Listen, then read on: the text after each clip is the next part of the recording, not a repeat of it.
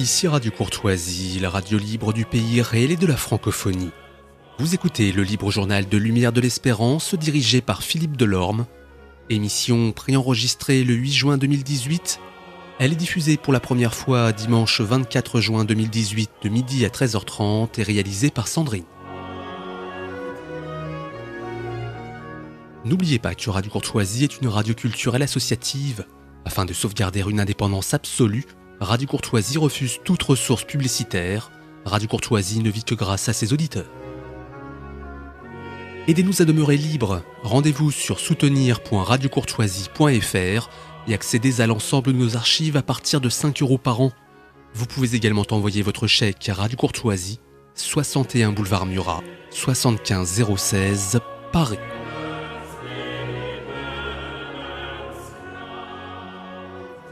Exceptionnellement, vous ne pourrez pas intervenir au cours de cette émission car elle a été préenregistrée, mais vos lettres seront les bienvenues.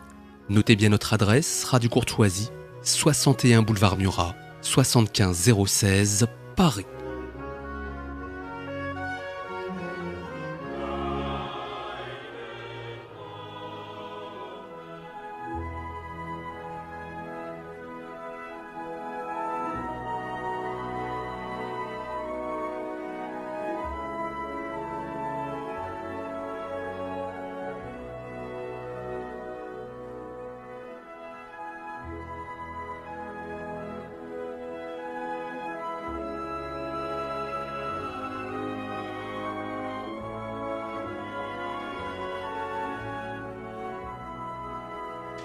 À tous les auditeurs présents et à venir, salut.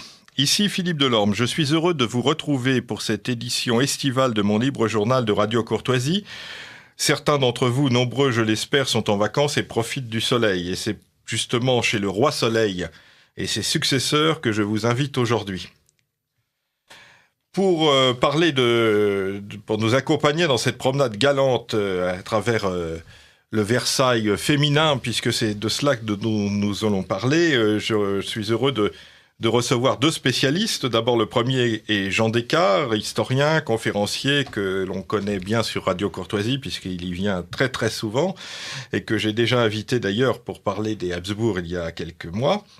Aujourd'hui, il nous présente un très joli petit livre intitulé « Le hameau de la reine, le monde rêvé de Marie-Antoinette », paru chez Flammarion, livre très agréable, très illustré, et dont il va nous reparler. Et dans le studio, il y a également avec nous Marc Fourny, qui est journaliste, actuellement journaliste au Point. Il a dirigé le magazine Gala pendant 8 ans. Il a travaillé aussi à la radio, RTL, France 2.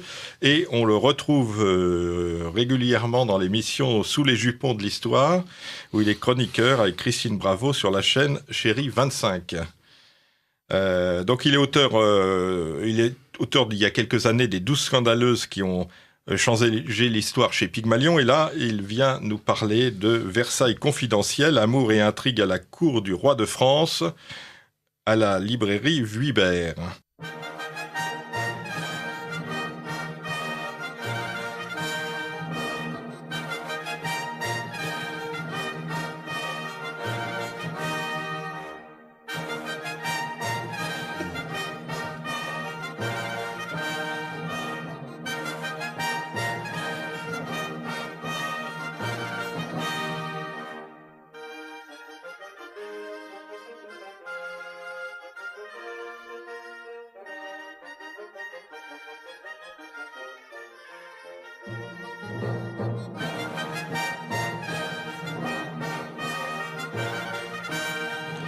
Nous venons d'écouter un extrait des Symphonies pour les soupers du roi de Michel Richard de Lalande, 1657-1726, avec Maurice André à la première trompette et interprété par l'orchestre de chambre Jean-François Paillard, qui est un musicologue qui, dans les années 60-70, a redécouvert de Lalande, qui était bien oublié à ce moment-là, ainsi que toute la musique baroque française.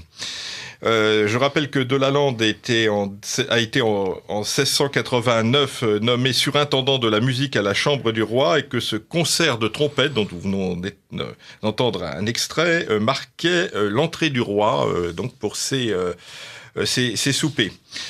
Comme je vous le disais avant cette musique, nous faisons aujourd'hui une excursion à la cour de Versailles au XVIIe et XVIIIe siècle, et en particulier dans ses alcôves et ses jardins secrets ou discrets, avec donc Jean Descartes et Marc Fourny, donc qui ont écrit tous les deux un livre sur Versailles, sur un aspect de Versailles à ce moment-là. Donc Jean Descartes, vous nous donnez un livre qui s'intitule « Les hameaux de la Reine, le monde rêvé de Marie-Antoinette » chez Flammarion. C'est un livre vraiment magnifique, au format presque carré, enfin qui est extrêmement illustré. Vous pouvez nous dire peut-être d'où vient l'idée de ce livre et puis comment vous l'avez réalisé, parce que c'est vraiment à la fois un album pratiquement et un livre. Alors l'idée de ce livre remonte à 3 ans, lorsque on a appris que par un mécénat de Christian Dior, la maison de la Reine, dans le hameau de la Reine sur le domaine de Trianon, qui était en très mauvais état, allait être restaurée. Alors il faut bien comprendre que, au-delà de la Révolution et de l'oubli, le plus grand ennemi de Versailles en général et du domaine du hameau de la Reine, c'est l'humidité. 90% d'humidité, pas de fondation, c'est construit à même le sol, etc. Bien. Alors, entre 2 grosses biographies dont j'ai l'habitude, si je puis dire, je me suis plongé dans cet univers avec le concours de Jérémy Benoît, conservateur général du patrimoine, chargé de la question délicate du mobilier, car il s'agissait de remeubler la maison de la Reine, en sachant que ce mobilier a été éparpillé, c'est le moins qu'on puisse dire, entre guillemets. Mais il existe une transmission qui remonte à 1810, lorsque Napoléon, avec sa seconde épouse, qui était la petite nièce de Marie-Antoinette, Marie-Louise donc, a décidé de remeubler dans le style 1810, si je puis dire, la maison de la Reine. Donc, il est difficile de se remettre exactement au moment de l'époque de Louis XVI, mais ce qui est intéressant dans le hameau de la Reine et dans cette maison, si vous voulez, c'est que de même qu'on parle d'un style Louis XVI, on peut dire qu'il y a là un goût Marie-Antoinette et que c'est l'endroit de Versailles où elle a le plus marqué son empreinte. Elle n'aimait pas le grand château, on le sait. Elle préférait ce domaine où elle a pu donner libre cours à son rêve, se réfugier d'une part de l'étiquette de la cour et surtout, et ça c'est souvent oublié, construire, je dirais, un instrument pédagogique avec un ensemble, avec une ferme, un moulin, une pêcherie, des laiteries, etc., pour notamment ses enfants et leur apprendre les réalités très dures de la vie rurale. Donc c'est dans le cadre du domaine du Petit Trianon que Louis XVI lui avait offert. Et elle fait construire donc ce hameau en 1782-83. Donc c'est un peu la mode à l'époque, puisqu'on avait eu déjà un hameau à Chantilly dans le même style. C'est cette idée de retour à la nature un peu rousseauiste. Absolument, c'est Jean-Jacques Rousseau. C'est amusant de rapprocher Jean-Jacques Rousseau de la reine Marie-Antoinette. Elle était allée sur le tombeau de Jean-Jacques Rousseau à Senlis, je crois. Absolument. C'est à Hermenonville. Mais c'est aussi une mode en Europe qui consiste à ne plus aimer les jardins à la française, célèbres pour la symétrie géométrique voulue par le nôtre. On aime soudain les folies, entre guillemets, à l'anglaise, même Catherine II le dit dans ses correspondances, c'est-à-dire qu'on veut des rivières, des bosquets, des petites montagnes, des collines, voire des forêts. C'est un retour à la nature sauvage, entre guillemets, qui est donc quelque chose de tout à fait nouveau et qui permet de masquer aussi des machineries. Bon, donc le rêve, c'est une mise en scène, je dirais, de la nature.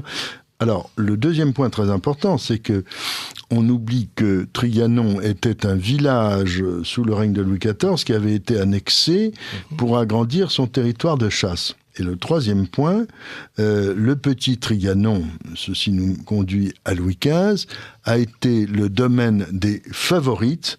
Et la grande révolution qui se passe en 1774, quand Louis XVI donne le Petit Trianon à son épouse, c'est qu'il fait cadeau à la reine de quelque chose. Or, la reine, théoriquement, ne dispose de rien, n'a rien. Donc c'est quelque chose qui va choquer l'opinion. La reine est chez elle et elle va commander des travaux de par son ordre, ce qui va provoquer beaucoup de contestations. Alors Marc Fourny qui nous signe un livre assez croustillant qui s'intitule Versailles confidentiel, donc à la librairie Vuibert. Ce petit Trianon et ce hameau de Marie-Antoinette, vous en parlez. Marie-Antoinette n'est pas vraiment, est en marge de toutes les autres femmes dont vous parlez dans ce livre, parce que ce n'est pas une favorite, c'est une reine. Vous parlez aussi de Marie des Insca et de Marie-Thérèse, mais enfin... Qu'est-ce qu'on peut dire de ce hameau ? Est-ce que c'est un lieu de débauche ou de plaisir, comme l'on dit parfois dans l'historiographie révolutionnaire ?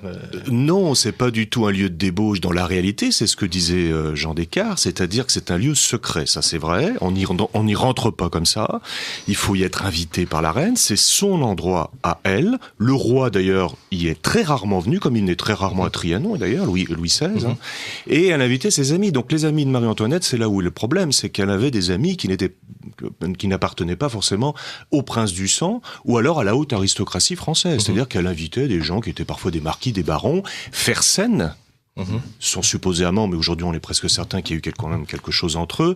Fersen venait régulièrement à Trianon. Vous pensez qu'il y a eu quelque chose ? Moi, oui, je suis pas tout à fait d'accord. Mais bon. En tout cas, j'ai encore discuté avec un conservateur de Versailles qui m'a certifié qu'ils étaient sûrs qu'il y avait maintenant un 2 pièces à Versailles qui lui avait été donné et qui communiquait avec les appartements de la reine à l'intérieur de Versailles. Donc, on peut supposer quand même aujourd'hui, et puis bon, il y a toutes ces lettres, etc. Il y a encore un débat, mais en tout cas, il y a eu un rapprochement. En tout cas, il y avait une passion. Alors, est-ce qu'elle a été consommée ? Oui, ça c'est un autre. Il y avait une passion. Marie-Antoinette était plus un personnage cérébral, je dirais, que physique. D'ailleurs, dans votre livre, vous dites qu'avec Louis XVI, ce sont 2 francs maladroits, je crois, dans le domaine, au début, domaine érotique. Oui, ils sont, je pense, très embarrassés, comme on disait, de leur corps. Très mal formés, surtout, tous les deux, à ces bien histoires. entendu. On n'a pas l'impression que Marie-Antoinette soit, je dirais, très intéressée par cette chose, par cela. Enfin, bon, je parle pas forcément des ébats physiques, mais en tout cas une connexion intellectuelle ou une connexion en tout cas romantique entre eux probablement. Et donc il venait 4 jours par semaine faire du cheval dans ce coin de Trianon, et elle aussi. Donc ils se retrouvaient. Bon, parlons pas forcément de Fersen, mais il y avait beaucoup d'amis de Marie-Antoinette qui rentraient dans ce hameau, et elle n'avait pas la grande tenue de l'étiquette, c'est-à-dire qu'elle se promenait avec des tenues tout à fait simples, de coton, Alors, pardonnez-moi, vous avez tout à fait raison, parce que à l'époque. il y a, et je l'ai fait reproduire, il y a un moment où la reine a posé en bourgeoise, entre guillemets, nous dirions fermière, partie de comparaison, devant Madame Vigée-Lebrun, ça a fait un scandale. Inouï. Elle a Parce été que c'est obligée presque de une femme reposer. des rues, quoi. Voilà, donc ça, on appelait ça en Gaule, c'est-à-dire une sorte de robe blanche sans ornement, mais en même temps on la critiquait pour ses dépenses de toute façon. Somptuaires. Alors, on l'a critiqué pour ses dépenses. Ce qu'il faut préciser tout de suite, c'est que les comptes du hameau sont très très bien tenus. Alors ça, c'est un comble, avec un comptable, un fermier, un régisseur, qui suit tout ça de près. Alors, pour son train de vie personnel, ça c'est autre chose, on le sait, mais pour le hameau, tout est impeccablement tenu. C'est une entreprise, si je puis dire, qui tourne très très bien, avec sa production laitière, maraîchère, etc. Justement, revenons là-dessus, parce qu'effectivement, c'est pas uniquement un décor de théâtre, c'est aussi une ferme dans l'esprit des physiocrates, ce qu'on appelait les physiocrates à l'époque, c'est-à-dire l'idée de faire une on peut dire, si on veut être le plus sorte. objectif possible, c'est un vrai faux village. Il y a du vrai, il y a du faux, parce que l'intérieur de certaines maisons est absolument somptueux pour bien traiter les gens qui vont être reçus. C'est exact, même si l'extérieur ressemble à des chaumières, d'ailleurs pas du chaume, mais plutôt des joncs, enfin des choses comme ça. Il y a une activité considérable dans la laiterie, dans la reproduction. Il y a le colombier pour avoir des œufs frais tous les matins. Et ça va très bien fonctionner, puisqu'il y a des réceptions, il y a des banquets, il y a des soupers, des dîners. Il y a une laiterie de propreté, je crois. Laiterie de propreté, la laiterie de préparation, c'est impeccable sur le plan hygiène. On commence à imaginer que l'hygiène a un rôle à jouer. Oui, ce qui est une révolution, c'est le cas de le dire. Et la reine fait très attention, et il y a, comme l'a rappelé Marc Fournier, et on n'entre pas comme ça, il y a un jeton pour entrer dans ce domaine. Comme aujourd'hui d'ailleurs, parce qu'il faut payer pour entrer dans le domaine de Trianon, ce qui est un peu dommage. Mais il faut dire que, si vous voulez, moi je trouve formidable cette révolution, entre guillemets, ce qui était le domaine des favorites, de la Pompadour, de la Montespan, enfin tout confondu, de Madame du Barry, etc., qui devient le domaine de la reine. C'est assez extraordinaire, puisque, comme on le sait, Louis XVI n'a eu aucune maîtresse, n'a eu aucune favorite, donc la reine est en première ligne, ce qui sera un désavantage pour elle, puisqu'il n'y a pas de fusible qui puisse, si je puis dire, la protéger. Alors c'est d'autant plus intéressant qu'elle avait eu des incidents graves avec Madame du Barry, en arrivant dans le fond de la cour de Vienne, où c'était pas du tout la même atmosphère.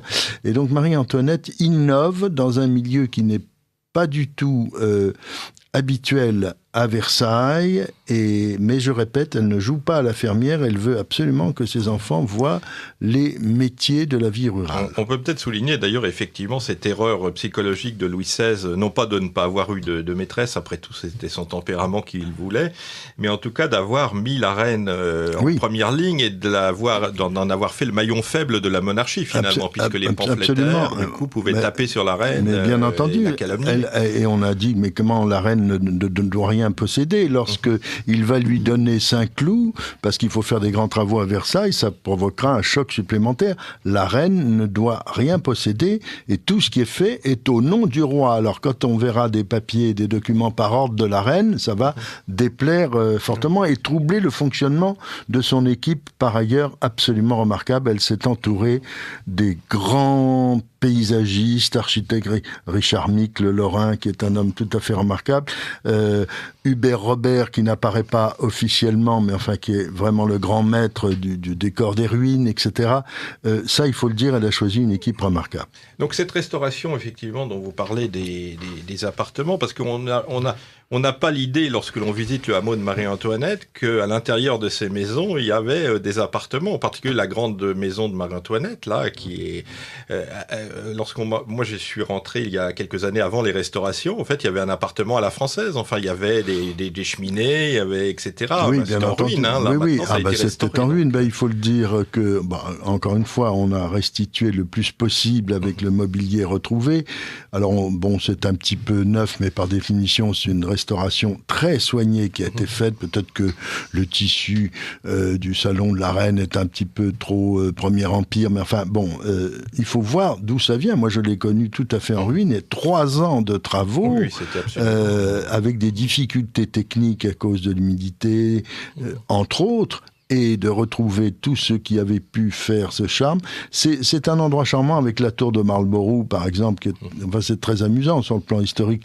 Une tour à la gloire d'un soldat vainqueur des troupes de Louis XIV, Marlborough s'en va en guerre, et qui va être transmise, n'est-ce pas, jusqu'à la nourrice des enfants du couple royal, bien surnommée Madame Poitrine, qui va chanter Marlborough s'en va en guerre, et il y aura déjà ce qu'on pourrait appeler des produits dérivés qui sont envoyés à la duchesse de Marlborough en Angleterre, qui sera étonnée que les Français célèbrent un de leurs adversaires. Enfin, c'est assez amusant. Je recommande la visite du hameau de la Reine, la grotte, le rocher, la pêcherie, tout ça, parce que c'est un univers, c'est un monde qu'elle a voulu rêver et très pédagogique. D'ailleurs, la grotte, moi j'en parle dans ma biographie de Marie-Antoinette, qui est parue il y a quelques années déjà, et c'est vraiment un endroit très impressionnant, parce que le 5 octobre 1789, lorsque la foule parisienne vient à Versailles, elle est dans sa grotte, c'est finalement le dernier endroit où elle vivra avant qu'on l'emmène à Paris. Absolument,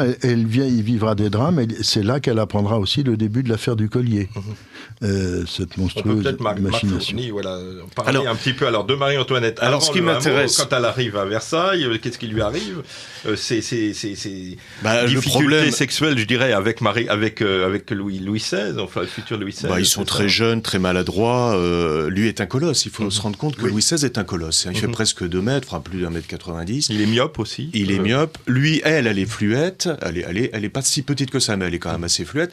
Ils sont très Son jeunes. frère disait plate comme ma sœur Marie-Antoinette, je crois. Donc, Oui, elle avait puis aucune c'est forme, pas. Elle était absolument... Donc on a un elle a colosse. 14 ans aussi. Hein. Voilà, ils sont très jeunes tous les deux. Un colosse qui est embarrassé de son corps. Oui, très maladroit, très un peu bourru, très timide. Hein. C'est quelqu'un qui est assez scientifique, Louis XVI. Hein. C'est quelqu'un qui adore la géographie, La marine.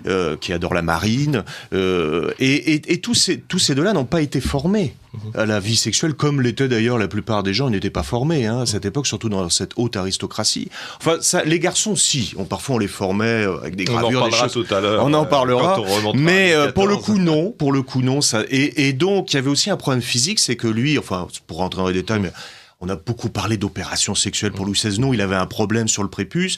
C'était très douloureux. L'acte sexuel on n'est pas sûr était qu'il avait très un douloureux. phimosis à proprement parler, mais probablement qu'il a dû avoir une intervention Et ils vont avoir son médecin à un moment ou à un autre. Et il va y avoir ils vont mettre beaucoup de temps. On parle de 7 ans de misère, c'est ce que je dis, 7 ans de misère sexuelle dans leur couple, qui va expliquer beaucoup de choses d'ailleurs, à mon avis, dans les rapports entre ces deux-là. C'est que Louis XVI aura d'ailleurs beaucoup à se faire pardonner vis-à-vis de sa femme, et c'est peut-être pour ça qu'il va la couvrir aussi de cadeaux. Et c'est vrai qu'il faut se rendre compte que ces deux gamins, parce qu'ils ont 14-15 ans, quand ils se marient, sont surveillés par cette cour. C'est le loft Versailles. On est sous les projecteurs en permanence. Il y a que la nuit, quand on rentre dans sa chambre, qu'on est à peu près, et encore, il y a toujours un valet qui dort à vos pieds, mais enfin, c'est des gens de confiance. Mais sinon, vous êtes en parade en permanence, et votre vie sexuelle est publique. Et puis, il y avait la méfiance aussi du futur Louis XVI, qui était dauphin à ce moment-là, vis-à-vis de la maison d'Autriche, puisque, en fait, c'était nouveau, avait été organisé, et lui était plutôt... Le renversement d'alliance. Voilà, renversement d'alliance. Plutôt très méfiant, et d'ailleurs, il a toujours été méfiant envers sa femme, et on voit finalement dans les lettres de Mercier-Argenteau, donc le ministre, le diplomate, l'ambassadeur d'Autriche en France, que Marie-Antoinette n'a jamais eu un rôle politique, et chaque fois qu'elle veut proposer quelque chose à Louis XVI, elle dit, mais moi j'arrive pas à lui parler, il dit d'accord, mais il fait le contraire. Et je pense que, comme le dit Marc Fourny, il n'arrivait pas à se retrouver physiquement, embarrassé, un corps immense de Louis XVI, un corps fluet, je veux dire... pour rester pudique, d'une façon balistique, ça devait être assez difficile. Ils ont mis 7 ans pour consommer ce mariage. En plus, toute la cour est au 15 ans courant. au départ, donc finalement, ils ne sont pas non plus très très âgés lorsque finalement les choses finissent par fonctionner. Oui, mais quand vous avez 7 ans, vous êtes épié. Quand vous avez le roi, vous avez quand même, on vous convoque. Louis XV va convoquer Louis XVI. Il est marié depuis 2 ans. Il va lui dire, mais qu'est-ce qui se passe? Pourquoi tu n'y arrives pas avec Marie, etc. Donc, il lui donne des conseils. On va avoir quand même l'impératrice Marie-Thérèse qui envoie Joseph qui donne des conseils précis. Qui va donner des conseils, qui va demander, qui va jouer les conseillers conjugaux, qui va dire à sa sœur, il faut que vous soyez plus tendre avec votre mari, et qui va demander à Louis XVI comment ça se passe. Il y a une fameuse lettre, effectivement, dont je ne donnerai pas les détails ici. Mais qui est je l'aurais fouetté pour qu'il soit plus excité, etc. Parce que Louis XVI lui raconte tout, et ça va marcher d'ailleurs, parce que ça va être consommé, le mariage va être consommé très rapidement après. Mais 7 ans plus tard, 7 ans après, et vous avez les domestiques qui surveillent les draps, qui calculent les cycles menstruels, c'est effrayant. Qui en effet donnent des informations à la cour d'Autriche. Et vous avez aussi, attention, ce couple qui est surveillé, mais qui se méfie aussi de sa propre famille de France, puisque le comte d'Artois va avoir des enfants assez rapidement. Et donc, avoir un enfant, avoir un garçon, c'est aussi... donner une succession politique, c'est l'avenir du trône. C'est l'avenir du trône. Et donc, Louis XVI va être paralysé avec cette affaire, va aussi, sans doute, certains historiens le disent, éviter de trop réformer pour pas qu'il y ait que Artois ait de plus en plus de personnes qui le soutiennent en contrepartie. Jean Descartes, est-ce qu'il y a à côté de cela, donc Marie-Antoinette a-t-elle des compensations des amants, vous pensez que... Parce qu'on a beaucoup écrit, mais c'est beaucoup des calomnies, j'imagine, mais... On n'a pas de preuves historiques, on va l'accabler de tout. Elle devient vraiment... Même des maîtresses femmes. Oui, avec Madame de Polignac, une relation saphique. On n'a absolument aucune preuve.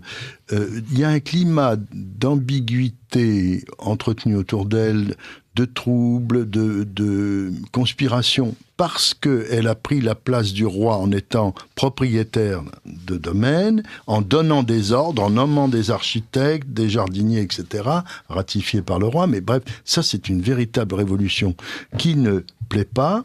C'est curieux d'ailleurs, parce que vis-à-vis des philosophes qui étaient quand même assez en avance sur beaucoup d'idées, ben, ils ne l'ont pas tellement aidé. Surtout que c'est une manière de sortir la reine de la sphère politique, finalement. Du coup, on lui laissait choisir ses robes et choisir ses bâtiments. Mais enfin, elle a une sphère politique bis, si je puis dire, et qui déplaît, qui dérange, parce qu'elle se mêle de tout. De là à ce qu'elle se mêle de politique directe, on fera le raccourci.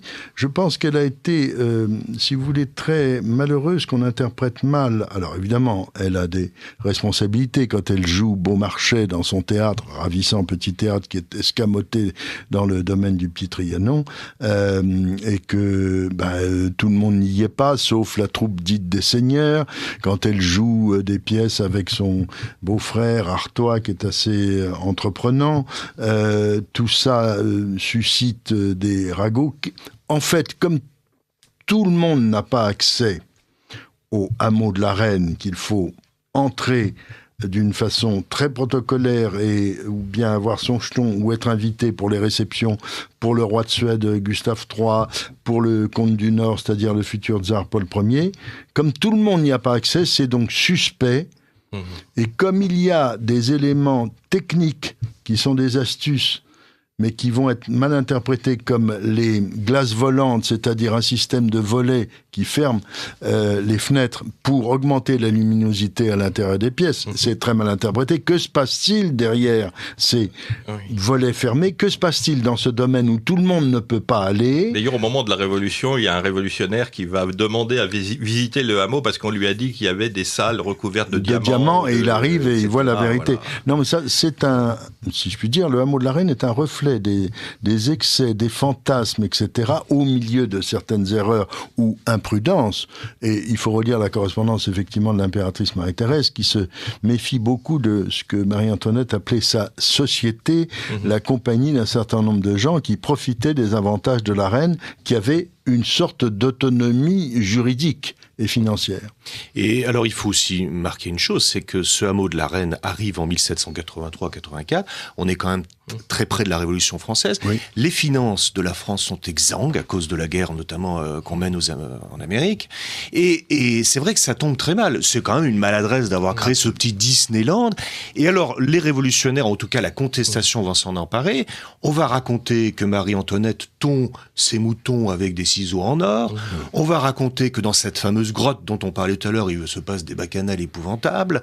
Et en effet, la haute cour n'a pas accès, alors que jusqu'ici, la parade était publique, même on pouvait rentrer à Versailles voir le roi, en mettant des barrières, en excluant certains nobles, en cache, et donc on laisse cours à toutes les rumeurs. Mais en voulant se protéger, Philippe, en voulant se protéger, elle commet une très grande faute. Effectivement, on peut prendre l'exemple du manant qui, du temps de Louis XIV, louant un chapeau et une épée, pouvait voir le roi. Bon, là, tout d'un coup, pour fuir un monde qu'elle n'aime pas, de médisance, de ragots, de favorites encore, qui n'aime pas l'étrangère, qui n'aime pas l'autrichienne, elle commet l'erreur de se mettre dans un autre monde. Et la royauté ne peut pas être secrète. Et la royauté est publique. Alors que finalement, c'est seulement une apparence de richesse, parce que c'est l'époque où on fait des économies extraordinaires, parce que les archives nationales conservent, d'ailleurs, vous en parliez tout à l'heure, les comptes de la royauté, de la maison du roi, des menus plaisirs, comme on disait à l'époque, et on voit qu'ils essayent de rabioter, je dirais, c'est ce qu'on appelle les économies de bout de chandelle, c'est-à-dire qu'on récupérait les chandelles, etc. Oui, il y a beaucoup de pertes parce que les gens revendent. Enfin, il n'y a pas de pertes d'ailleurs, on revend et chacun se fait son petit bénéfice. Encore une fois, je crois que nous sommes d'accord tous les trois pour dire que le fait de cet isolement, de cet accès conditionnel, très réglementé, pour qu'il y ait de la tenue, y compris lors des grandes réceptions qui seront données, suscite tous les fantasmes parce que au cœur du pouvoir, dans le domaine de Versailles, de Trianon, il y a un monde interdit. y compris à de hauts personnages qui vont faire savoir qu'ils ne sont pas contents et qui vont alimenter eux-mêmes les fantasmes, bien entendu, les médisances, les suppositions. Que se passe-t-il derrière les fenêtres des bâtiments du hameau et de la maison de la Reine? Ça ne peut être que illicite, immoral et incompatible avec la dignité monarchique. Revenons donc à votre joli petit livre, le hameau de la Reine, Jean Descartes, aux éditions Flammarion. Là, il y a beaucoup d'illustrations. Alors, comment est-ce que vous avez procédé pour faire ce livre? Parce que je pense qu'il y a un gros travail de recherche. Écoutez, c'est un travail qui a duré 3 ans.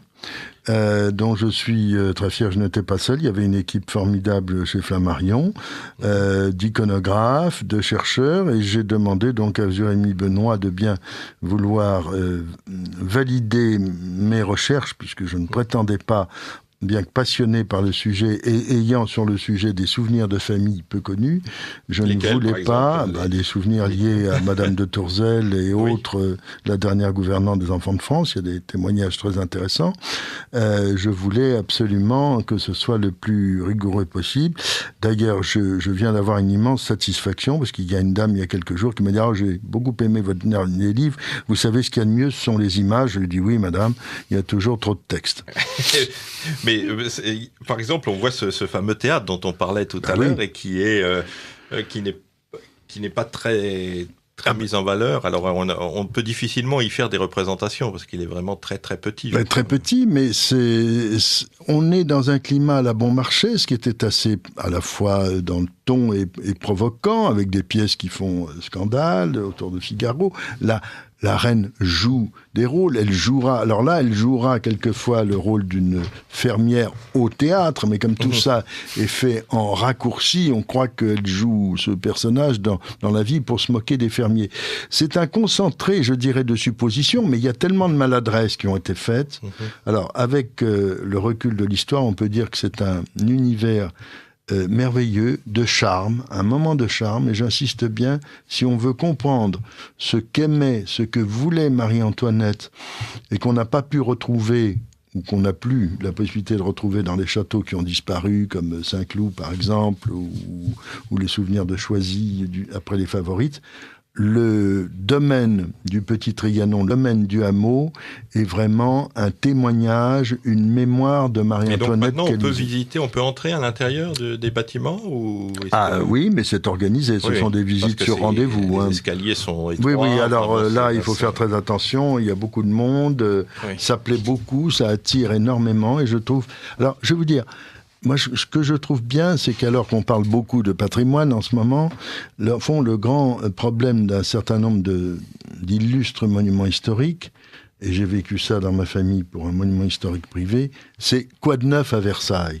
Les gens qui disent, oui, on a vu, alors s'il n'y a pas d'exposition particulière. D'où les fameuses art contemporain dont on nous a servi pour essayer de faire venir. Bien sûr, parce qu'une fois que les gens sont venus, ils disent quoi de neuf ? Eh bien, on peut dire aux auditeurs de Radio Courtoisie et à tous les gens qui aiment Versailles, il y a du neuf à Versailles, car on ne pouvait plus voir le hameau complet, on ne pouvait surtout pas voir la maison de la Reine. Voilà, c'est ouvert après une restauration extrêmement audacieuse, délicate et techniquement très très compliquée. 5 millions d'euros pour y arriver et près de 3 ans de travail.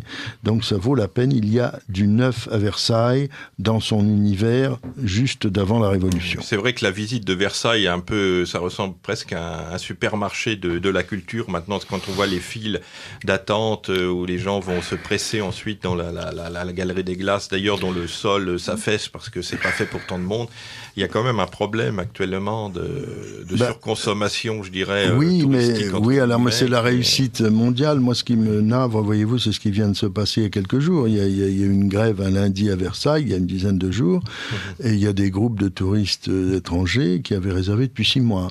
Et on leur dit c'est fermé. Alors ça, comme image dégradante et épouvantable, le préjudice financier, le préjudice esthétique, touristique, ça, je trouve ça épouvantable en pleine saison, alors que celle-ci est déjà assez compliquée. Alors on va peut-être passer une petite musique.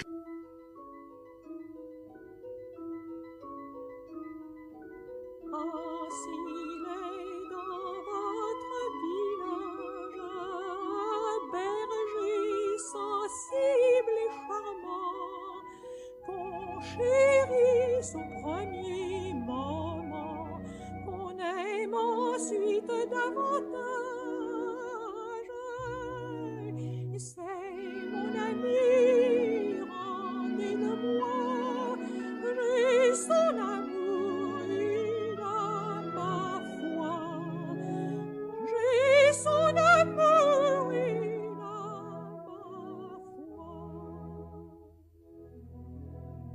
foi. Si par sa voix douce et plaintive, il charme l'écho de vos bois, et si les accents de son roi rendent la bergère pensive, c'est encore lui, rendez-le-moi, j'ai son amour, il a ma foi.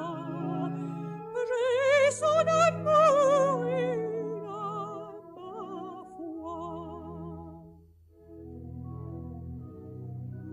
Si même n'osant rien vous dire, C'est mon ami, rendez-le-moi, j'ai son amour, il a ma foi. C'est une romance dont on attribue la musique à Marie-Antoinette, peut-être un peu abusivement. En tout cas, ça a été composé dans son entourage, justement cet entourage du petit Trianon et du hameau, avec sur des paroles de Florian. Florian, d'ailleurs, qui était un poète, fabuliste, un écrivain, voilà, qui est mort finalement assez tôt et assez tragiquement, à l'âge de 39 ans en 1794, non pas décapité, ce qui était quand même rare à l'époque. En tout cas, il a été emprisonné jusqu'à Thermidor et puis il a été libéré, mais il est mort ensuite très rapidement des suites de son incarcération, sans doute de la tuberculose. Donc c'est finalement une histoire qui se termine assez tristement pour Florian.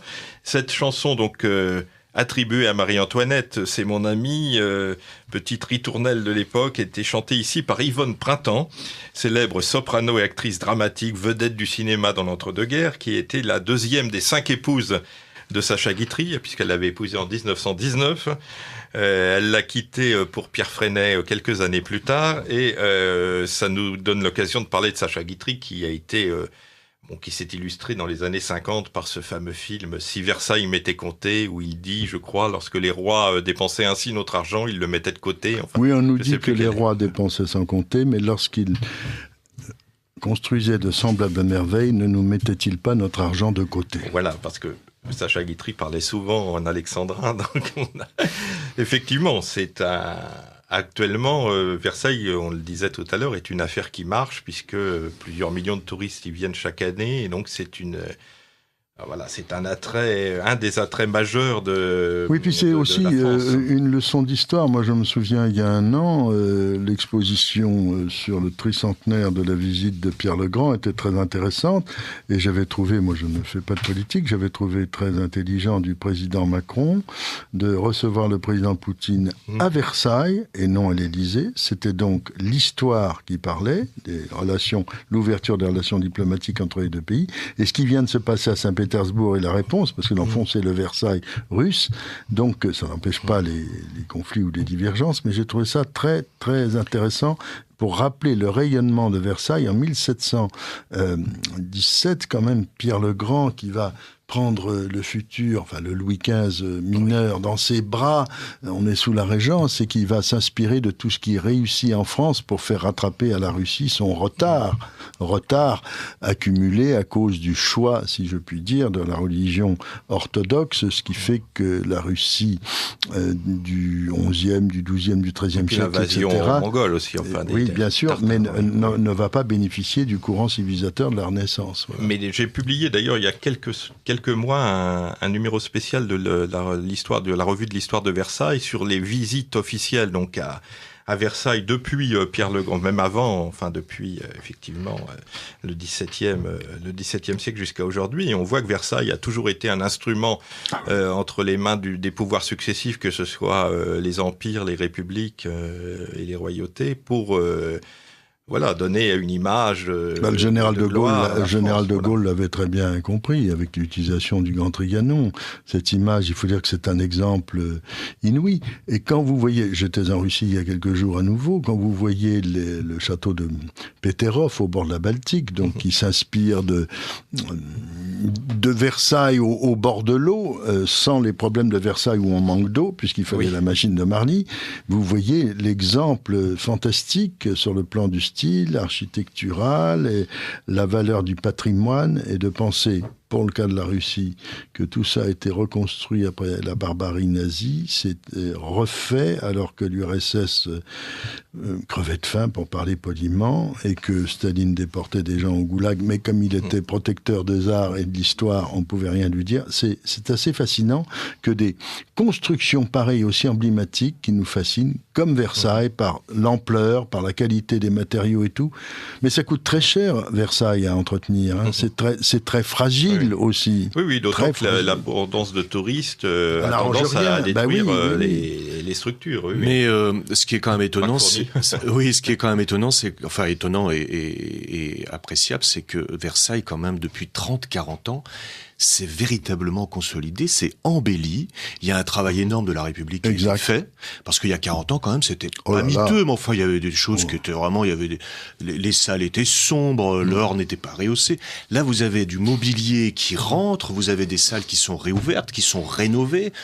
Moi, je trouve que la République, depuis une trentaine d'années, la cour d'honneur. Moi, je trouve que il y a eu des gens Versailles illustres, s'embellit. si vous voulez, des gens qui se sont passionnés, aussi bien Pierre Lemoine, Van der Kemp, bien sûr, Béatrix Saul, tous ces gens-là ont fait un travail de longue haleine pour restaurer l'image de Versailles et remeubler, redonner une valeur aux échanges internationaux qui étaient en effet, c'était dégradé. Les jardins sont de plus en plus magnifiques. Magnifiques. Je dirais que Versailles est à la mode aujourd'hui, puisqu'on a une série télévisée franco-canadienne qui s'appelle Versailles sur Canal+.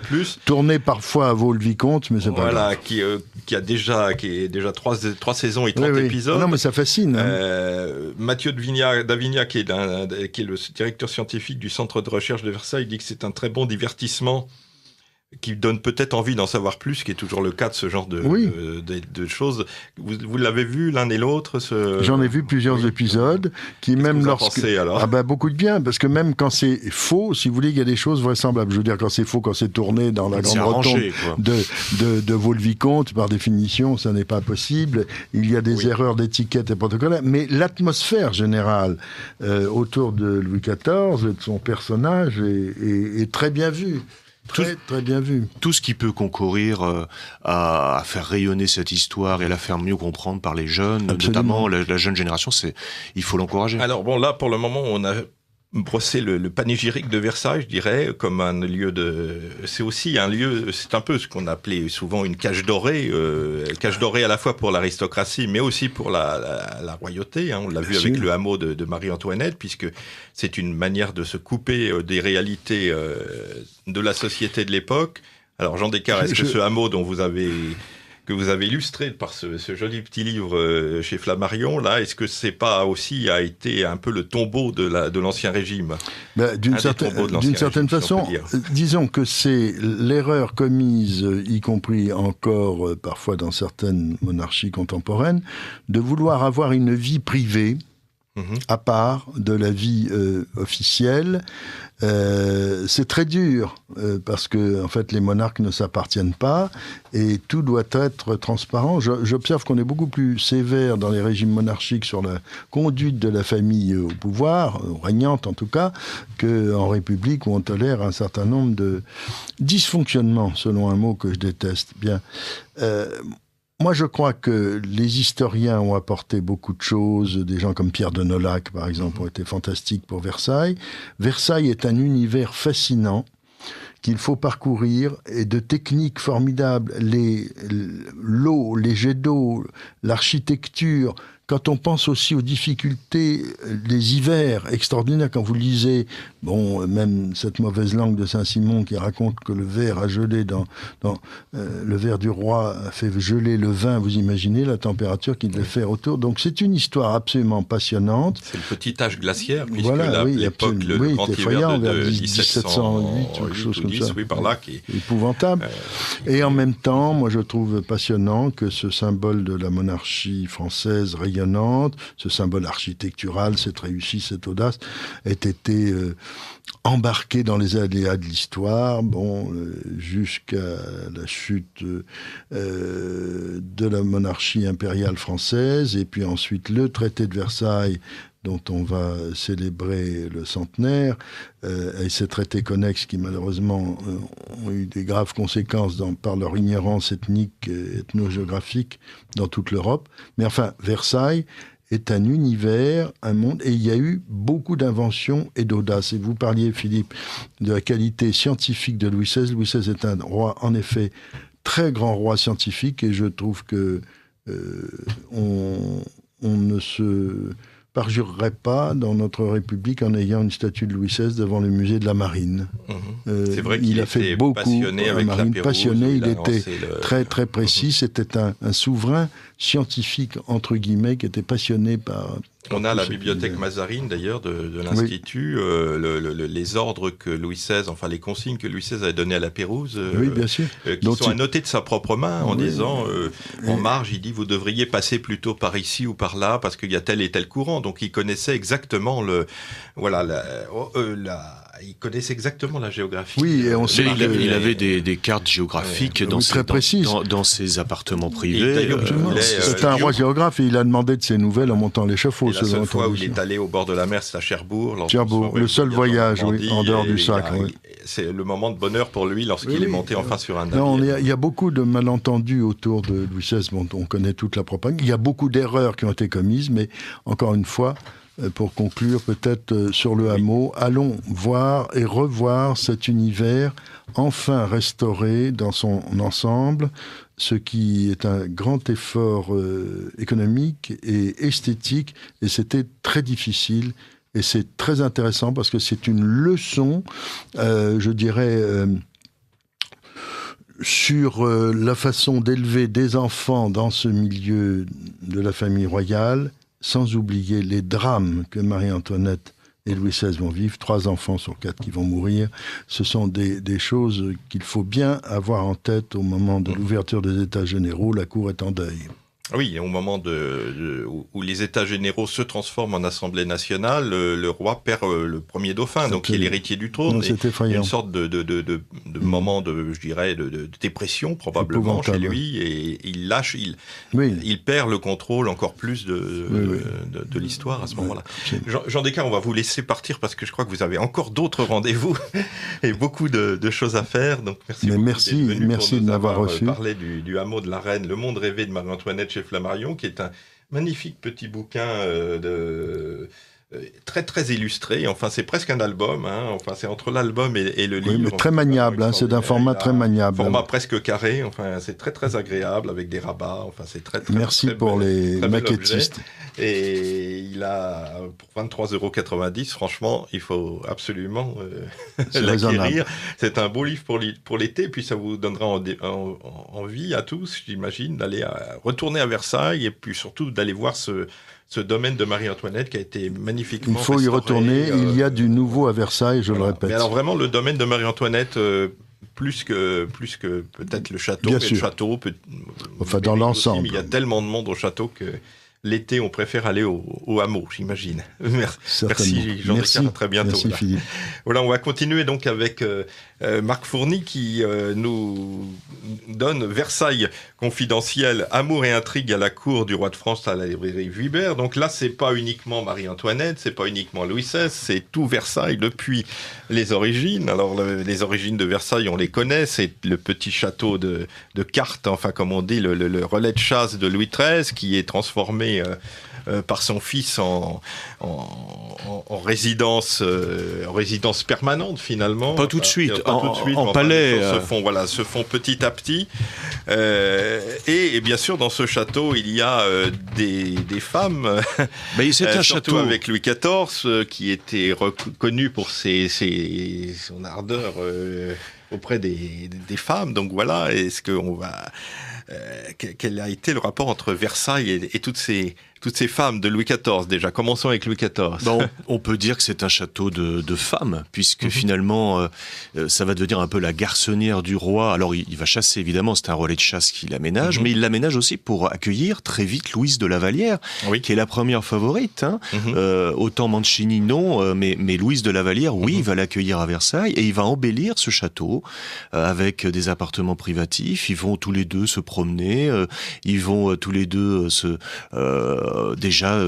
aménager des jardins, ils vont se retrouver pour des collations servies par leurs valets très privés, hein, donc et ça évidemment au-delà de Saint-Germain et du Louvre pour se cacher de la reine, hein, et de la reine mère qui surveille beaucoup son fils Louis XIV. Oui.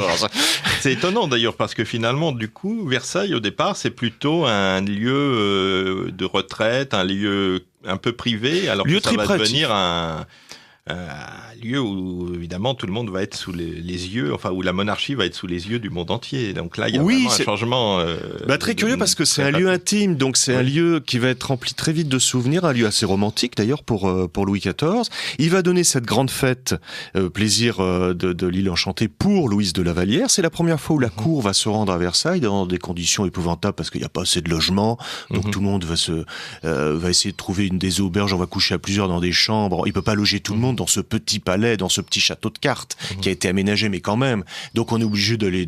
Et la cour est furieuse. Oui. Hein, la cour est furieuse parce que c'est pas la ville, c'est pas la capitale de la France. Il faut pas oublier que Versailles va devenir la capitale de la France. Non, c'est pas. Il a pas encore complètement déplacé sa cour. Mais ça sera toujours un peu difficile de. On est 20 ans avant qui déplace toute la cour. Ça sera toujours difficile quand même de se loger à Versailles parce que ça l'est toujours ou pas? Non, pas encore. Non, moins maintenant peut-être, mais enfin en tout cas lorsque les gens venaient pour une raison ou pour une autre, il y avait effectivement beaucoup d'auberges, de garnis, etc. Et puis même dans le château, les aristocrates avaient souvent, même les plus hauts nobles avaient simplement une petite chambre avec une cuisine.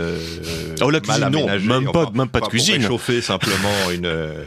Oui. Donc finalement, ça a toujours été assez difficile. C'est-à-dire que ça va être un château tout à coup qui va commencer à s'étendre. Hein. Plus on va accueillir de fêtes, plus on va séjourner l'été ou au printemps, plus on va construire les ailes successives et plus on va construire en face la capitale.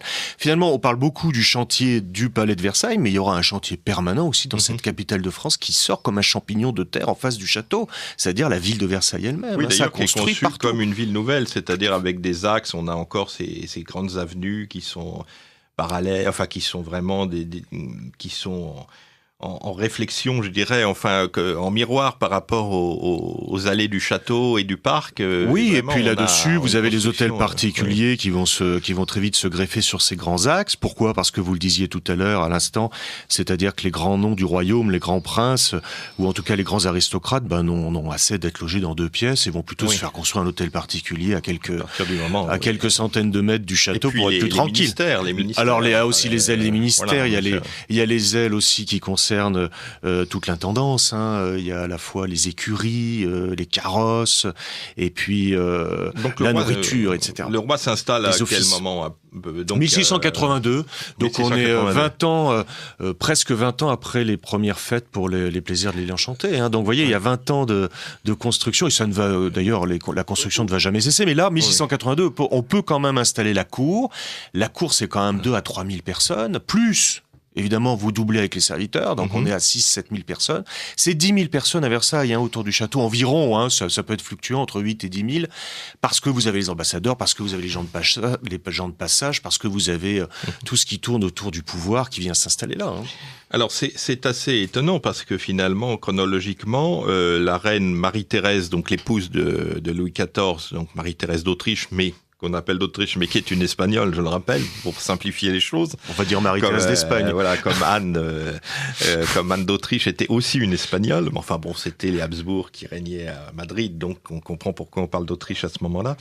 Elle meurt en 1683, donc pratiquement au moment où on s'installe à Versailles. Donc elle-même ne sera jamais vraiment la reine de Versailles. Elle y séjourne, elle va y séjourner. Oui, bien sûr. Avant l'installation définitive. Oui, bien sûr. Dès que la cour s'installe à Versailles, elle suit son mari. Elle est là, mais elle se recroqueville très vite, Marie-Thérèse, dans ses appartements privés. C'est une personne qui n'aime pas l'éclat, c'est une personne qui n'aime pas la parade, qui n'aime pas danser, qui n'aime pas vraiment tout ce que son mari aime. Et c'est une femme très timide, qui parle très mal français. Elle sait qu'elle est moquée, et pour simplifier, elle se replie dans ses propres appartements de souveraine. Et ça manque à Louis XIV d'avoir une femme éclatante. Alors il va toujours la respecter, il ira régulièrement dans son lit, d'ailleurs on le saura quand il va dans le lit de Marie. Elle lui donne 6 enfants. Elle va lui donner des enfants, beaucoup vont mourir quand même. Mais enfin c'est pas de sa faute, la pauvre, mais il va du coup, Louis XIV va avoir besoin d'avoir une femme, une première dame en quelque sorte, qui soit digne de son éclat, digne du roi Soleil, et donc il va très vite y avoir donc des maîtresses. Et puis voilà, vous essayez de justifier son inconduite. Je justifie pas vraiment, parce que il aura toujours du respect. La reine sera toujours en premier dans les cérémonies officielles, il ne va pas du tout la rabaisser, bien au contraire. Mais c'est vrai qu'il faut comprendre la psychologie de Louis XIV, c'est la personne la plus influente du monde. À l'époque, Versailles, c'est la Maison Blanche. Le monde est gouverné par la France. La France est l'une des plus grandes puissances du monde. C'est pour ça aussi qu'il veut, ce château aussi, il veut que son éclat et que sa puissance soit reconnue. Et donc, il a besoin aussi d'avoir des festivités, d'avoir une femme qui, à ses côtés, une première dame qui joue ce jeu-là. Et donc, il va commencer... Et ça va plutôt s'accélérer quand la reine-mère va mourir, donc la mère de Louis XIV va mourir, qui quand même veillait au grain. Elle meurt en 1666. Donc voilà, c'est ça. d'Autriche. Donc là, il y a encore Louise de La Vallière, mais là, très vite, c'est la Montespan qui va arriver. Donc là, finalement, la première dame de Versailles, ça va être plutôt oui, la Montespan, parce que marquise de Montespan. Oui, Louise de La Vallière n'aime pas trop être mise en avant aussi. C'est plutôt une fille timide. Donc ça va être la Montespan qui va tout de suite comprendre la psychologie de Louis XIV et qui va répondre à cette demande, et qui en effet vient d'une grande famille aristocrate de France, qui connaît les usages, qui connaît l'étiquette. Oui, les Rochechouart qui remontent aux croisades et même avant. Oui, elle disait elle disait au roi, ma famille est plus ancienne que la vôtre, pour s'en moquer. Et c'est une femme qui avait du tempérament, qui avait beaucoup d'esprit, qui on se méfiait des pics de la Montespan. Et elle va tenir ce rôle à merveille. Et c'est une femme très cultivée qui va aussi soutenir les arts.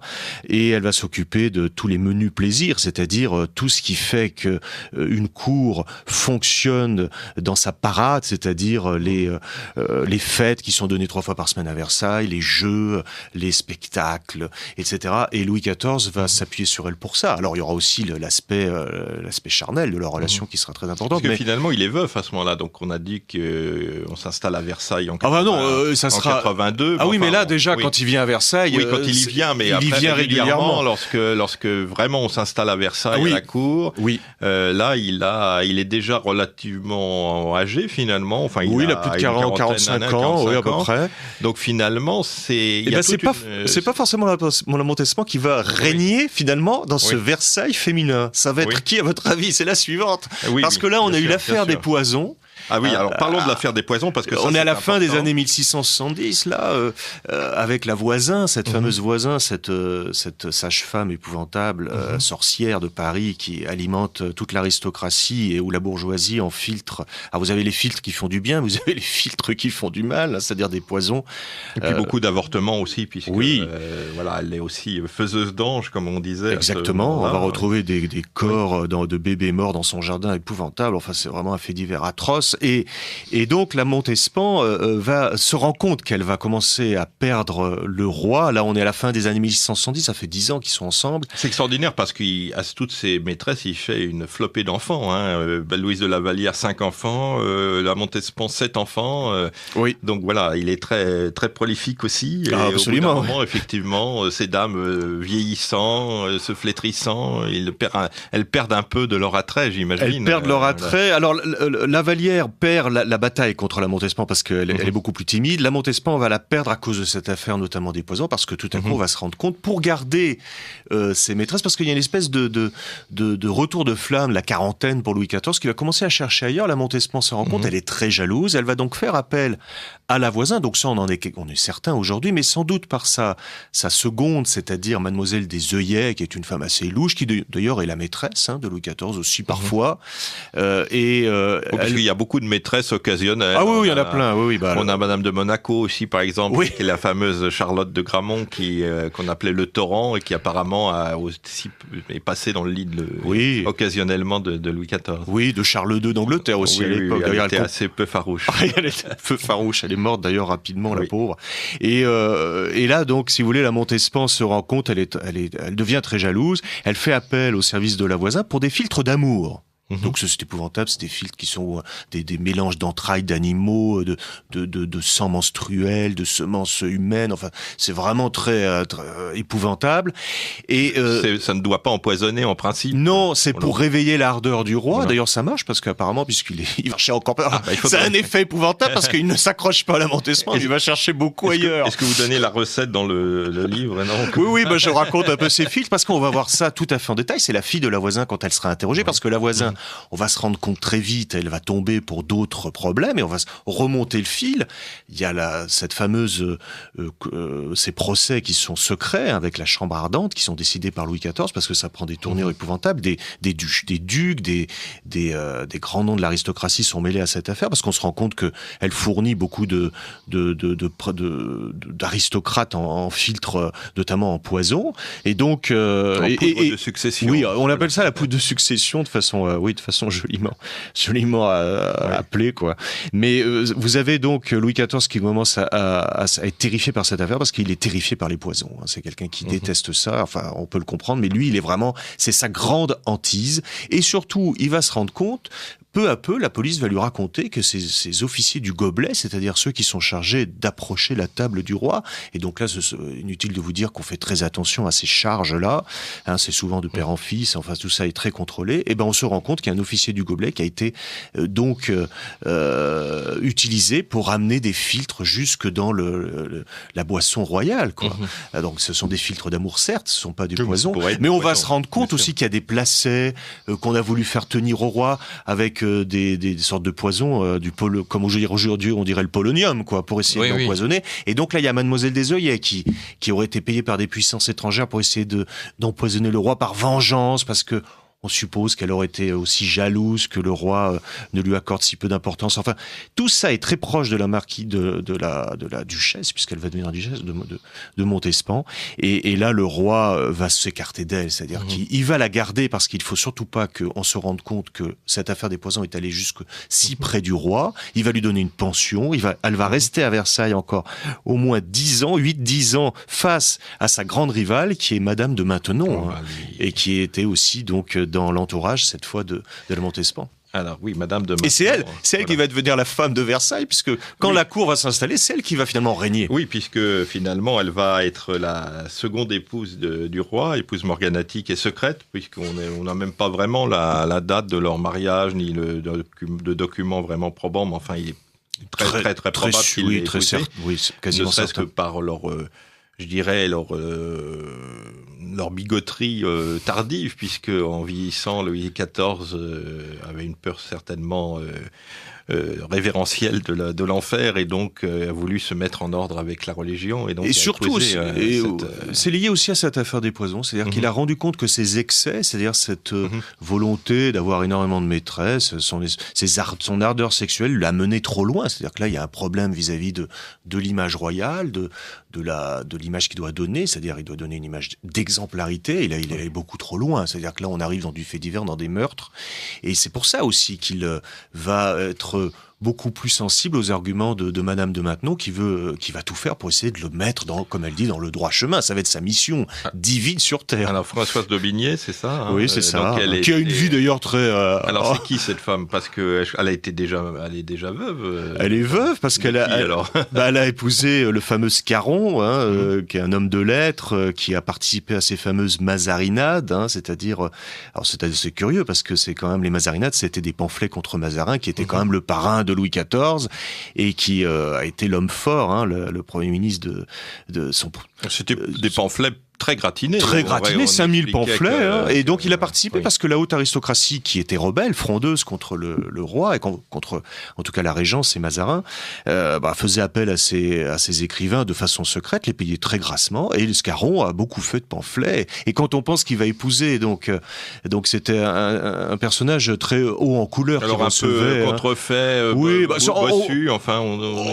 Pour résumer très grossièrement, pour dire que c'est le Coluche du moment, c'est-à-dire qu'il faisait rire beaucoup avec à la fois ses écrits, c'est quand même un homme très lettré, très fin, et il va donc chercher une femme, et il va donc épouser cette Françoise d'Aubigné qui cherche à s'établir à Paris, donc il va faire garde malade pour Scarron. Et elle est de l'aristocratie, c'est une famille noble. Françoise d'Aubigné, oui, les d'Aubigné, donc elle est, oui, encore, Louis XIV reste quand même dans petite aristocratie. Voilà, ce n'est plus les Rochechouart comme même la Vallière. Enfin, la Vallière était une petite noblesse de. Il va la faire, Madame de Maintenon, et d'ailleurs, on a cette phrase de la Montespan qui l'appellera cette torche-cul, cette gardienne d'oie, parce qu'elle gardait quand elle était enfant, devient maintenant une marquise. C'est scandaleux parce qu'il va la faire marquise, Louis XIV, avant qu'il l'épouse.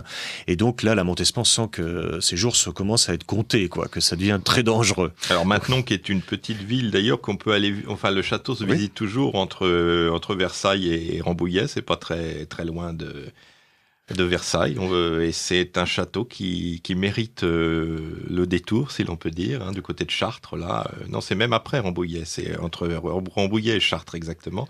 Donc il l'installe, Louis XIV lui donne un titre, lui donne des terres, pour que ce soit quand même plus crédible, qu'elle puisse s'approcher plus près du trône, en quelque sorte, c'est toujours la marge à suivre. Alors il y a la religion quand même, parce qu'effectivement, vous disiez que Louis XIV se rendait compte quand même des excès peut-être un peu dommageables de sa conduite, mais il a des confesseurs, il y a des prêtres autour de lui qui lui tirent un peu les oreilles, si on peut dire. Oui, alors à partir de 45-50 ans, il va devenir très pieux, c'est-à-dire qu'il va se confesser, il va communier, ce qui est très important, le roi doit communier à Noël, mais surtout à Pâques. Donc il faut qu'il se réconcilie avant. Donc il se réconcilie. Qu'il quitte ses maîtresses en principe. Oui, alors là il y en a plus sous Madame de Maintenon. Oui. Donc là, il y en aura peut-être très très discrète, mais il se confesse juste avant. Voilà. Mais avec Madame de Maintenon, et d'ailleurs l'Église sera ravie que Madame de Maintenon intervienne dans la vie du roi, dans sa vie privée, pour essayer, comme ça le remettre dans ce droit chemin, en tout cas très proche de la religion. N'oublions pas qu'il y a quand même les dévots qui sont très très présents, qui étaient déjà très présents sous la reine-mère, mais qui sont toujours là et qui sont très actifs. Et donc, ils sont ravis parce que c'est vrai que Louis XIV, c'est la grande époque où il va faire construire cette magnifique chapelle royale qui, d'ailleurs, elle sera construite à la fin de son règne. Elle sera achevée quasiment quand il va mourir. Et donc, il va construire cette chapelle. Il va régulièrement à la messe. Il y a une chape de plomb catholique on installe même à Versailles un ordre religieux, donc vous imaginez quand même, ça va très loin cette affaire, et donc les courtisans trouvent que ça va, on bascule dans l'autre excès. Oui. Alors c'est vrai qu'ils vieillissent. Il faut bien se rendre compte aussi que 50 ans c'est très vieux à l'époque, 50, 60, 70 ans, enfin vous voyez, c'est pas une maison de retraite, mais presque Versailles. La cour vieillit avec le roi, et on a une cour qui est beaucoup moins alerte, beaucoup moins drôle qu'elle a pu l'être, évidemment, quand le roi avait 20 ou 30 ans. En même temps, Versailles, donc c'est les 30 dernières années de Louis XIV, c'est Madame de Maintenon, c'est quand même une période très importante. Très importante, c'est elle qui va rester le plus... 80 et puis... 1715. Donc c'est elle qui va rester, c'est elle qui va rester là, évidemment. Et donc son très discrète, elle vit dans 2-3 pièces. Elle n'a pas les grands appartements de la souveraine. Elle vit dans 3 pièces, mais le roi, très régulièrement, est là. Alors ils ont une vie de petits bourgeois. On parlait de la vie privée avec Jean Descartes tout à l'heure, mais c'est vrai que Louis XIV va avoir cette tendance, après avoir mis sa vie privée, sa vie avec ses favorites, puisqu'à un moment donné, il se promenait avec trois reines, on disait, c'est-à-dire Louise de la Vallière, la marquise de Montespan et la reine à l'époque, dans le même carrosse. Là, ça faisait un peu satrape oriental. Absolument. Et là, il va un petit peu commencer à vivre de façon, essayer de trouver des châteaux. Alors il y aura Marly qui est devenu son château un peu privé. Il y a aussi le Grand Trianon qui va faire construire assez vite aussi pour s'isoler avec sa famille. Donc on a quand même une tendance là des rois, notamment Louis XIV qui voulait quand même un palais de parade, qui va commencer à avoir aussi des petits palais privatifs. Oui. Et quand il vit avec Madame de Maintenon, il va régulièrement dans cette pièce dans ce petit appartement de 3-4 pièces, pas plus pour Madame de Maintenon. Et donc elle lit dans un coin dans son fauteuil, lui convoque les ministres, elle est là, elle écoute. Donc il y a les petits appartements déjà, ça commence à ce moment-là. Donc derrière les appartements d'apparat, la chambre du roi. Qui sont juste derrière, donc juste derrière la galerie des glaces. Enfin, où est-ce qu'il dort vraiment dans cette chambre? Ah oui, oui. Il dort quand même Louis XV le fera, c'est-à-dire que Louis XIV, on disait même autant de ça, quand il avait moins de 40 ans, il couchait 3 fois de suite, c'est-à-dire qu'il allait parfois avec la Vallière, il allait avec Montespan de la nuit, et puis finissait souvent dans le lit de la reine, mais il revenait dans son lit de parade pour qu'il y ait le lever du soleil. Et Louis XV fera pareil. Oui, donc voilà, un personnage assez haut en couleur. Mais ça, c'est la règle de l'étiquette versaillaise. On va peut-être faire une petite pause musicale pour passer au règne suivant, Louis XV.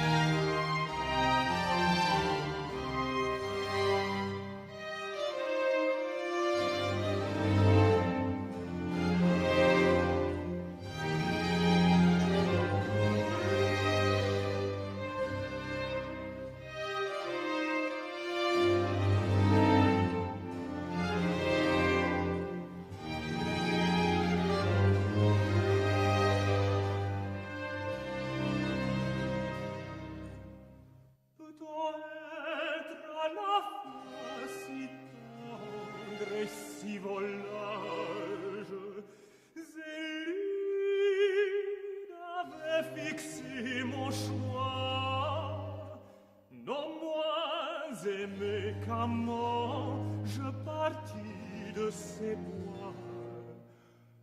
Amaryllis paraît, me sourit mon gage. Peut-on être à la fois si tendre et si volage? Je reviens, je reprends mon premier esclavage, mais j'ai perdu mes premiers droits. J'ai perdu mes premiers droits. Peut-on être à la fois si tendre et si volage? C'est une pièce de Jean-Philippe Rameau, La guirlande ou les fleurs enchantées, ballet en un acte de 1751, sur un libretto de Jean-François Marmontel. Alors là, on a écouté la scène 1, la scène 1 ou 1, je ne sais pas s'il faut dire 1 ou 1, ritournelle, suivie d'une chanson « Comment peut-on être à la fois si tendre et si volage ?» Donc là, on arrive de plein pied dans notre personnage, Louis XV, qui est à la fois si tendre et si volage. Après Louis XIV, vous me disiez, Marc Fourny, donc auteur de Versailles confidentiel à la librairie Vuibert, donc on retrouve toutes ces intrigues et ces affaires amoureuses du château de Versailles au XVIIe et XVIIIe siècle. Vous me disiez que même Louis XIV...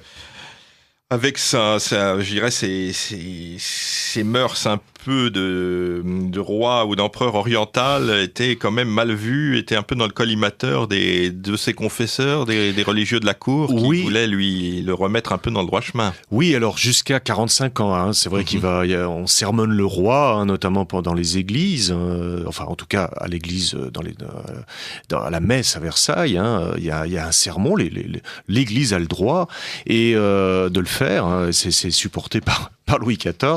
Après, ça va se calmer parce que justement, comme il rentre il n'a plus de favorite en titre, il a cette première favorite, c'est-à-dire Madame de Maintenon, mais comme elle est très discrète, elle est très pieuse, on lui pardonne cette vie privée quelque part qui est quelque part exemplaire. Donc il va finir en roi très chrétien, Louis XIV. Et c'est lui qui va du coup sermonner, comme souvent les vieux bigots, son entourage. Oui, tout à fait. Notamment la cour, il supporte de moins en moins. Il va d'ailleurs mettre dehors la Montespan. Hein, au bout de 5-6 ans, quand il sera avec Madame de Maintenon, il va la chasser. Oui, il supporte plus cette femme qui a des parfums capitaux. Il supporte plus. Il y a un dessin très amusant comme ça. Louis XIV se parfumait. Il avait des parfums avec du musc, donc des choses très fortes, très fauves. Et après, il va passer à la fleur d'oranger. Vous voyez, donc quand il va être avec Madame de Maintenon, il retrouve sa virginité. Oui, il va en mettre partout dans les jets d'eau de Versailles. Il fallait de la fleur d'oranger partout dans les bruits parfums. Enfin, et il revient à une certaine pureté. Voilà. D'ailleurs, cette idée de la propreté ou de la malpropreté de Louis XIV, est-ce qu'on peut en dire quelque chose? Parce que alors on se lavait quand même avec des serviettes en fait, on se passait avec des onguents ou des parfums justement. Oui, mais on regarde ça avec notre œil du 21e siècle, donc évidemment on est au 17e siècle, 3 siècles avant, ou 4 siècles presque, donc ça change beaucoup de choses. On était propre dans le sens, ces gens-là, la haute aristocratie faisait quand même attention, c'est-à-dire qu'on se lavait pas, on prenait pas de douche évidemment, on prenait parfois des bains, mais c'était rare, mais en revanche on se frottait très régulièrement dans la journée, notamment en revenant de la chasse le matin, en revenant de la chasse le soir, on se frottait avec des linges qui étaient souvent parfumés, qu'on se passait.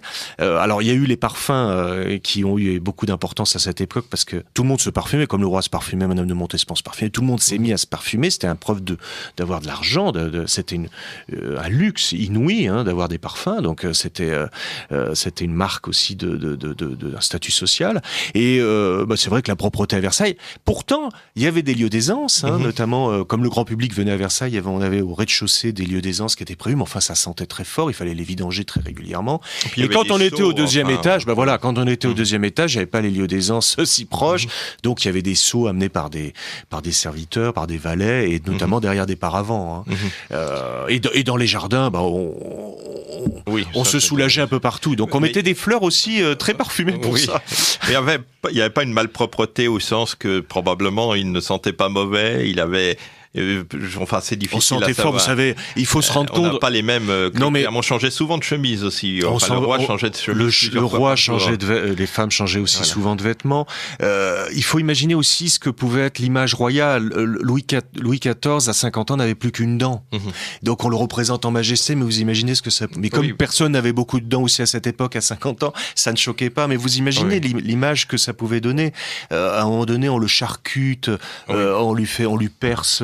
Parce que il a des tels problèmes dans la mâchoire qu'on est obligé de percer, mais l'eau commence à s'écouler par le nez quand il mange à table. Il a une carie de la mâchoire. Voilà, donc c'est épouvantable. On est obligé de mettre du plomb, d'aller chercher comme ça. Il y a eu des livres d'ailleurs. Il y a eu oui, absolument. Le corps du roi. Oui, parce que tout ça est très public. Enfin, tout ça, il y a 8 chirurgiens donc qui le suivent en permanence, donc on sait ça par cœur. Il y a des registres qui sont tenus. Donc, mais l'image royale, il y a tout ça derrière. On est 3 siècles avant, donc vous imaginez. On n'est pas du tout dans des gravures comme on peut l'imaginer aujourd'hui. D'ailleurs, il avait une santé de fer pour avoir réussi à supporter les assauts de ses médecins parce que lorsque l'on voit le nombre de clistères, de saignées, c'était grand corps malade. C'est des grands corps malades. Prenait et qui devaient plutôt l'affaiblir qu'autre chose. Il était très robuste puisqu'il a duré. Il a vécu presque 80 ans. C'est inimaginable. C'est comme aujourd'hui un roi, un président de la République, ou un roi qui durerait jusqu'à 120 ans. La reine d'Angleterre qui mourrait à 120 ans. Absolument, oui. Et encore, elle n'a pas eu à subir toutes ces saignées, etc. Dieu merci pour elle. Donc passons maintenant à son successeur, qui est son successeur, mais qui n'est que son arrière-petit-fils, finalement. Hein. Oui, puisque tout le monde meurt autour de lui. Tout le monde meurt dans ces années 1710-1715. On a une hécatombe dans la famille royale, puisque tous les héritiers vont mourir les uns après les autres. Le fils de Louis XIV, son petit-fils... tous les descendants, la primogéniture. Les deux premiers arrière-petits-fils aussi, puisque Louis XV n'est que le troisième des arrière-petits-fils. Hein. Il a 5 ans lorsqu'il devient roi. Donc là, on est passé à côté la France a eu chaud. Du drame. On aurait eu une régence. Soit ce serait passé aux Orléans, soit Louis-Philippe V d'Espagne. Il y a les Condé aussi qui attend son heure. En ligne de succession, c'était le duc d'Orléans. Mais on peut imaginer qu'à ce moment-là, Philippe V d'Espagne aurait peut-être abandonné son trône d'Espagne pour revenir, parce qu'il n'y était pas depuis très longtemps. Donc il aurait peut-être préféré quand même Versailles à l'Escorial ou à je ne sais plus, le palais royal, le palais d'Orient, voilà. Donc, ne faisons pas du chrony. Louis XV arrive donc sur le trône à l'âge de 5 ans. Enfin, sur le trône.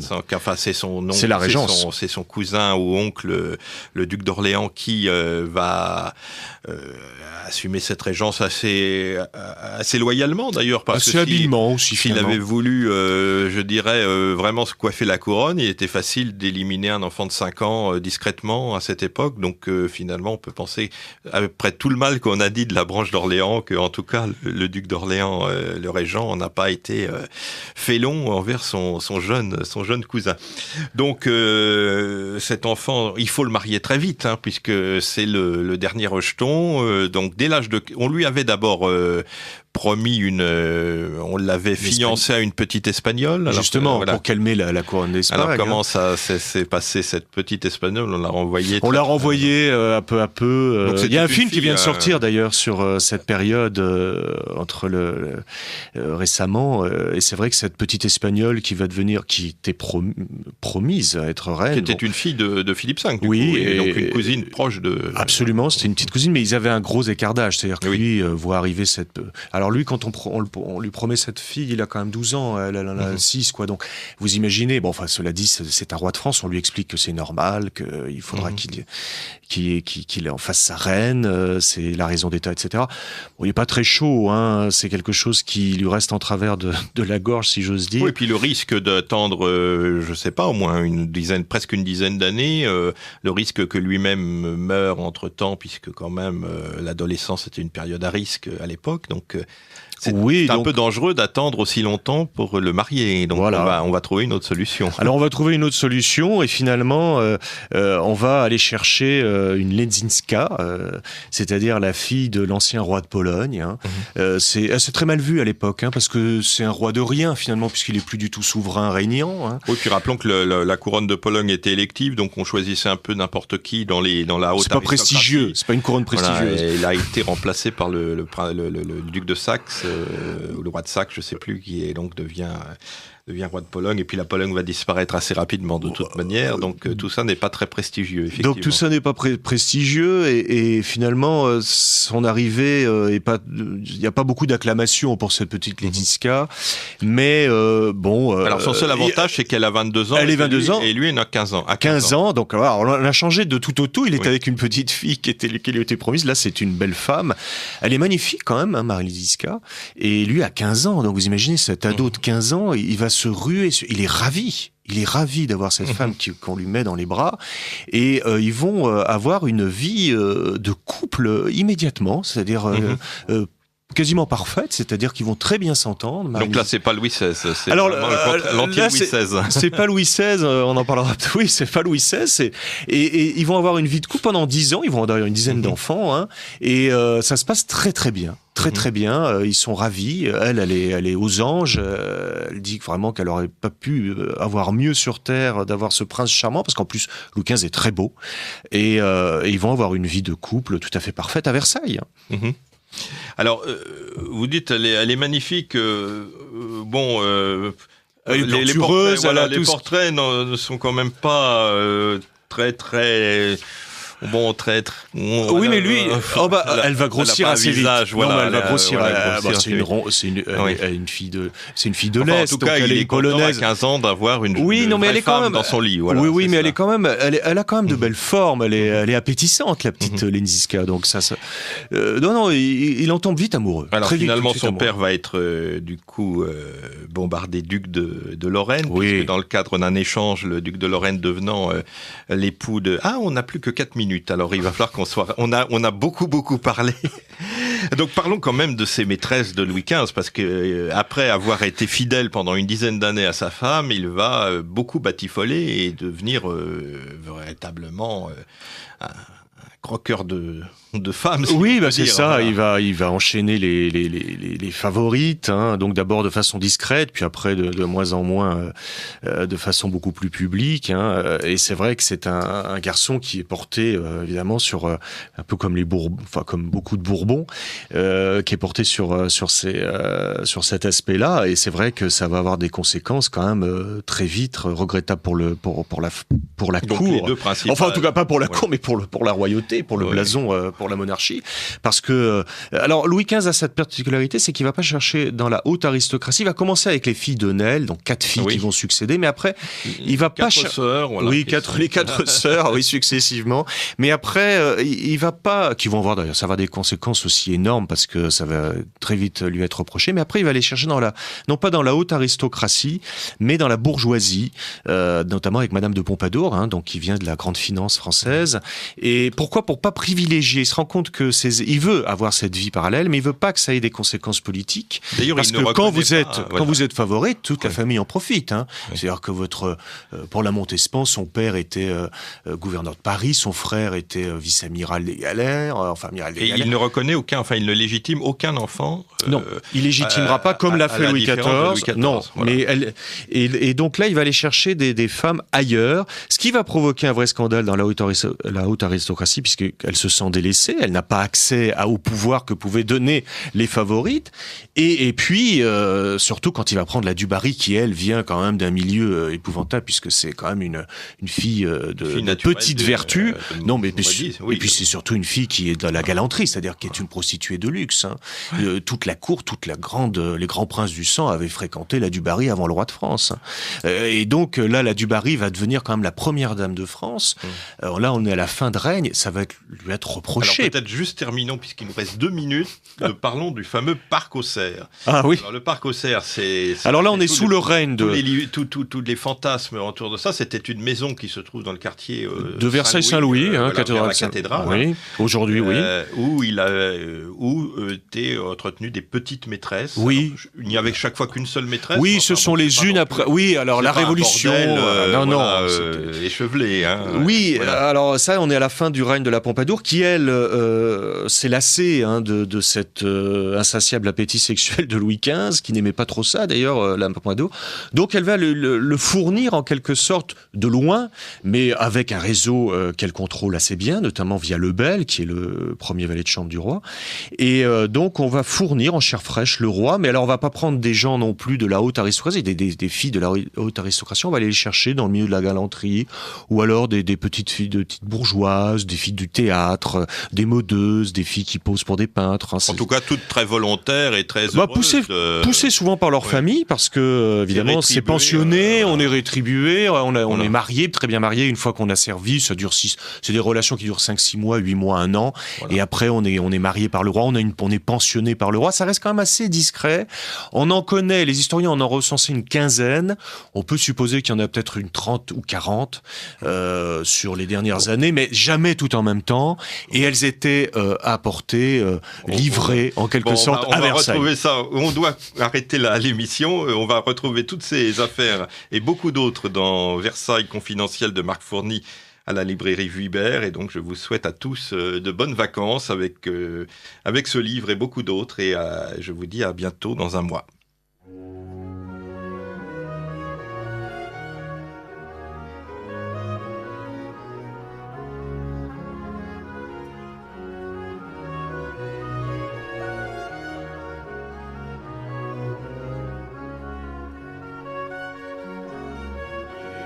Ici Radio Courtoisie, la radio libre du pays réel et de la francophonie. Vous venez d'entendre le libre journal de Lumière de l'Espérance dirigé par Philippe Delorme. Émission préenregistrée le 8 juin 2018. Elle est diffusée pour la première fois dimanche 24 juin 2018 de midi à 13h30 et réalisée par Sandrine. N'oubliez pas que Radio Courtoisie est une radio culturelle associative. Afin de sauvegarder une indépendance absolue, Radio Courtoisie refuse toute ressource publicitaire. Radio Courtoisie ne vit que grâce à ses auditeurs. Aidez-nous à demeurer libres. Rendez-vous sur soutenir.radiocourtoisie.fr et accédez à l'ensemble de nos archives à partir de 5 € par an. Vous pouvez également envoyer votre chèque à Radio Courtoisie, 61 boulevard Murat, 75 016, Paris. Si vous le désirez, nous pouvons vous faire parvenir un enregistrement de ce libre journal. Commandez le CD-ROM pour le prix franc de port de 9 € ou 6 € seulement si vous êtes adhérent de notre association. Je vous rappelle notre adresse, Radio Courtoisie, 61 boulevard Murat, 75 016, Paris.